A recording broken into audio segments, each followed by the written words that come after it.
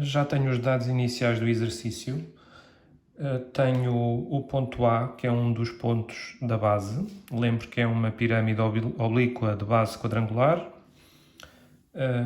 Dizem-me que a aresta AV, e também já tenho o V, o vértice do sólido, é de perfil, portanto já tenho aqui a minha aresta. E dão-me o plano secante, que é um plano oblíquo alfa, e portanto, como início, devemos então encontrar as projeções do sólido, sem carregar muito, uma vez que o que é pedido é um sólido resultante e apenas se vai destacar no fim essa parte resultante do sólido. Já representei a projeção horizontal da base. A base nesta projeção fica em verdadeira grandeza. No enunciado dizem-me que o lado AB faz um ângulo com o plano frontal de projeção de 30 graus e, portanto, marquei aqui neste ponto, nesta posição, os meus 30 graus. Uma vez que a base é horizontal, este ângulo encontra-se em verdadeira grandeza. E com isso desenhei a projeção horizontal do meu quadrado da base da pirâmide.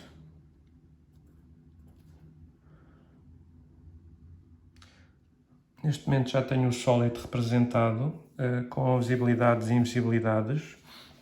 Portanto, na projeção 1, a base é o que tem a maior cota, portanto ela é visível. Arestas de contorno aparente visíveis e a aresta BV e CV são invisíveis. Na projeção frontal, contorno aparente, aresta DV, o ponto D é o ponto que tem maior afastamento, é visível, e aresta BV, pelo contrário, o ponto B é o ponto que tem menor afastamento, invisível. Eu esqueci-me de mencionar, na construção do quadrado na projeção horizontal, além de nós marcarmos aqui os 30 graus, havia a informação de que o ponto B era um ponto de afastamento nulo. Portanto, um ponto pertencente ao plano frontal de projeção, não é? Portanto, os 30 graus e o ponto A, aliás, era um ponto que tinha a menor abscissa do sólido. Portanto, os 30 graus ficam com abertura para a direita, não é? Para todos os pontos ficarem com maior abscissa do A. Pronto, sólido concluído, inicia-se então um método para determinar a secção que o plano oblíquo vai provocar nesta pirâmide oblíqua. Primeira coisa, verificar se o plano da base é intersetado pelo plano secante. Portanto, vamos fazer a interseção de um plano horizontal com um plano oblíquo. Já foi feita a interseção do plano oblíquo com o plano horizontal, ponto F, comum aos dois planos.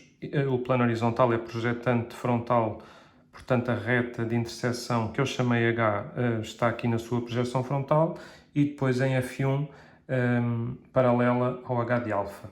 Esta reta interseta a base, portanto a secção tem aqui dois pontos da base. Passo seguinte, vamos achar a interseção, se é que há, destas 4 arestas laterais com o plano oblíquo. Na prática, nós vamos fazer a interseção de 4 retas, uma de cada vez, não é? Com o plano. Já fizemos a primeira interseção.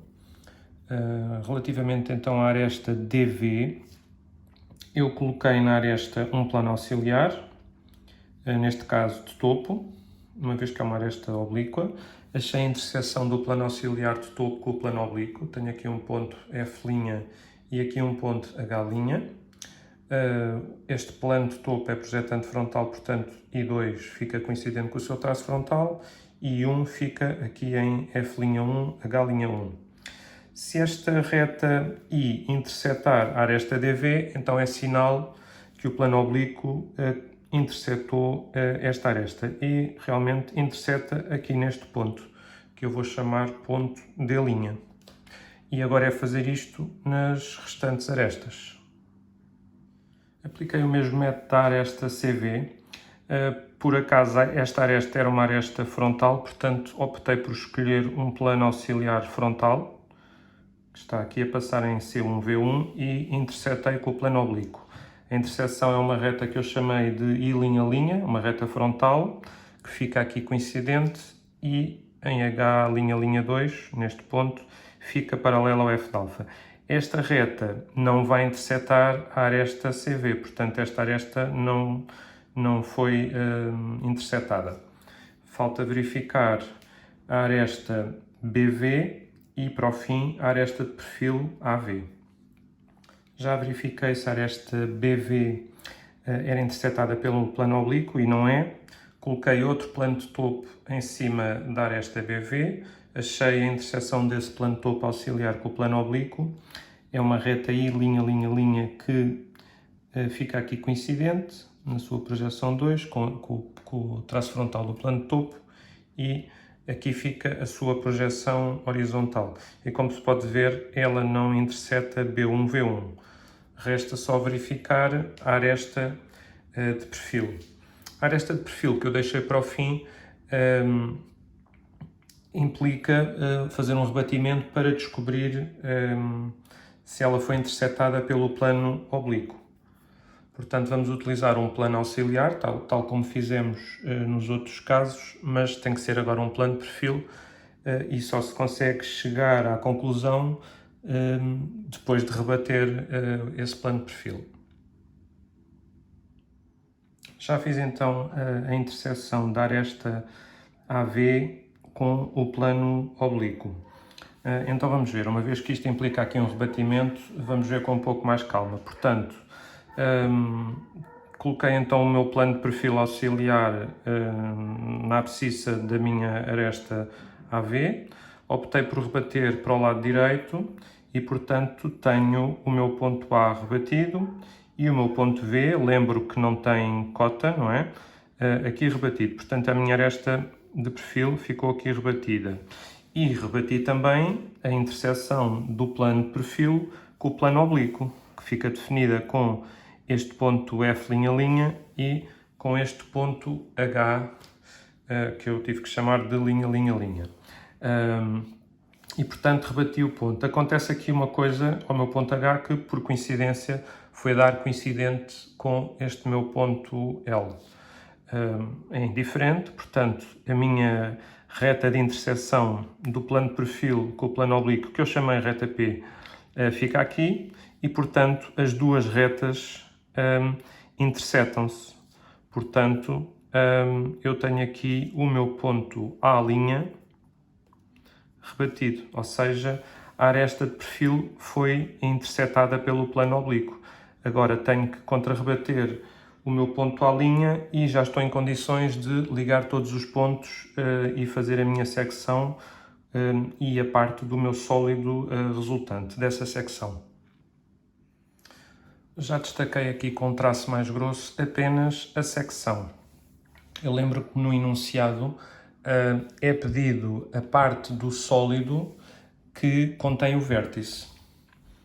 Portanto, agora temos que, com alguma calma, procurar os novos contornos aparentes, sabendo que a parte que contém o vértice, por exemplo, aqui na projeção frontal, então eu consigo perceber que esta zona aqui de baixo é uma parte que vai ficar, ao passo que esta zona aqui de cima, que continha, por exemplo, o ponto A, vai desaparecer. Na projeção 1, da mesma maneira, eu consigo ver então que se o meu ponto A vai desaparecer, então há aqui uma zona muito grande que era uma zona da minha base que também vai desaparecer, sendo que então este pedaço de base ainda se vai manter, ou seja, por exemplo, os pontos B e C da base ainda se vão manter. Por outro lado, o ponto D vai desaparecer.